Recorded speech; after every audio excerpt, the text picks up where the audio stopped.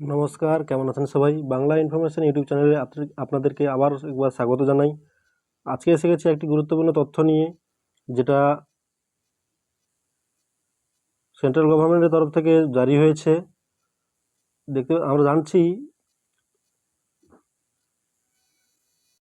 সরকারের তরফ থেকে কৃষক আইডি কার্ড চালু হয়েছে বা ফার্মার আইডি কার্ড চালু হয়েছে, যাতে করে সমস্ত কৃষকরা 2000 টাকা করে পাবে প্রত্যেক সিজনে। আলোচনা শুরু করার আগে একবার বলি, আমার এই ছোট্ট ইউটিউব চ্যানেলটিকে আপনারা সাবস্ক্রাইব করুন, লাইক করুন এবং পাশে থাকা বেল আইকনটিকে অন করে সঙ্গে থাকুন, যাতে করে আমরা প্রতিনিয়ত নতুন নতুন ভিডিও নিয়ে আসতে পারি। চলো আজকে আলোচনাটা শুরু করি।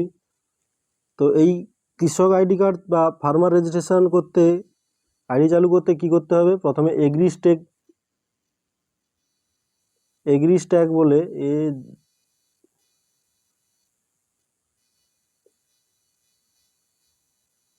এগ্রি স্ট্যাক বলে একটা ওয়েবসাইট আছে, ওটা অন করতে হবে। ব্রাউজ করে গুগল থেকে ওর অফিসিয়াল ওয়েবসাইটে যেতে হবে, তারপরে আসতে হবে ফার্মারে এসে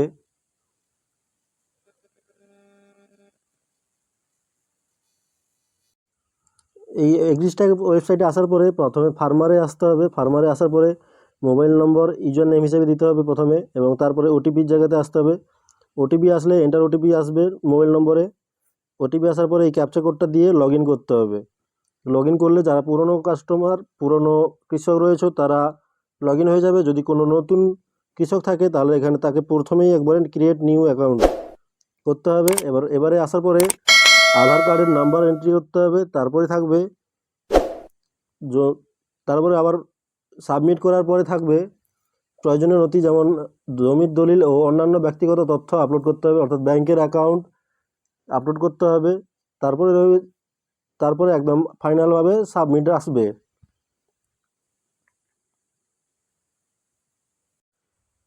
তো এই আইডি তৈরি করার উপকারিতা কি রয়েছে? উপকারিতা রয়েছে ন্যূনতম সহায়ক মূল্য পাওয়ার প্রক্রিয়া সহজ হবে, প্রধানমন্ত্রী কিষাণ যোজনার সুবিধা সহজে পাওয়া যাবে, বারবার যাচাইয়ের প্রয়োজন হবে না, বিভিন্ন সরকারি প্রকল্পে বাধাহীনভাবে অংশগ্রহণ হবে সম্ভব, দুর্যোগ বা ক্ষতিতে ক্ষতিগ্রস্ত কৃষকের দ্রুত চিহ্নিত করা সম্ভব হবে।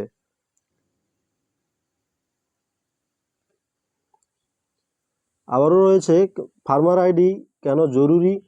সরকার কৃষিখাতে স্বচ্ছতা আনার জন্য কৃষকদের জমির তথ্য আধারের সাথে সংযুক্ত করার উদ্যোগ নিয়েছে। এই প্রক্রিয়াটি 15ই নভেম্বর 2024 থেকে শুরু হয়েছে। যারা এই প্রক্রিয়ায় অংশ নিচ্ছেন না তাদের প্রধানমন্ত্রী কিষাণ যোজনার পরবর্তী কিস্তি বন্ধ হতে পারে।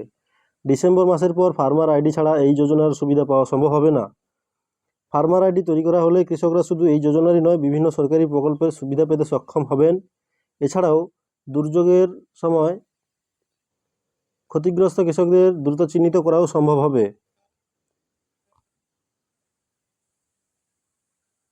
এবং ভারত সরকারের তরফ থেকে নির্দেশিকা দেওয়া হয়েছে যে ফার্মার আইডি বাধ্যতামূলক।